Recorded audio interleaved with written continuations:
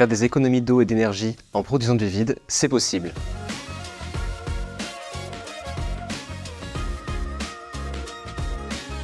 Nous sommes ambassadeurs du projet de vente de vide industriel pour la papeterie La Rochette Carton Board située en Savoie. Mais le vide, c'est quoi?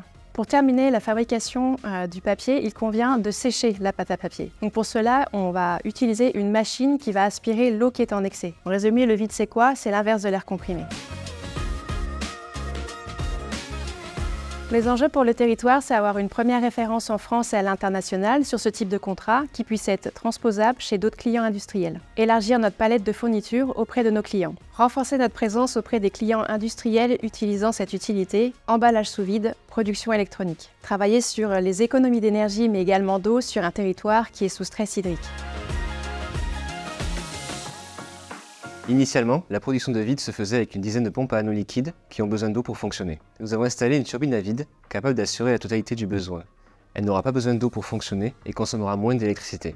Via un contrat de 10 ans, Engie Solutions fournira près de 80 millions de mètres cubes de vide par an et assurera la maintenance et le financement de la nouvelle installation. En bonus, la chaleur fatale de la turbine est récupérée et valorisée dans la chaufferie du client, ce qui permettra de faire une économie de 26% sur l'étape de préchauffage de sa vapeur. Les bénéfices pour le client sont une économie d'électricité de 34% sur la facture de cette utilité, une économie de combustible grâce à la valorisation de la chaleur fatale, l'économie de l'eau qui n'est plus nécessaire pour la production du vide, et enfin l'externalisation de la production avec un engagement de performance énergétique et de disponibilité d'Engie Solutions.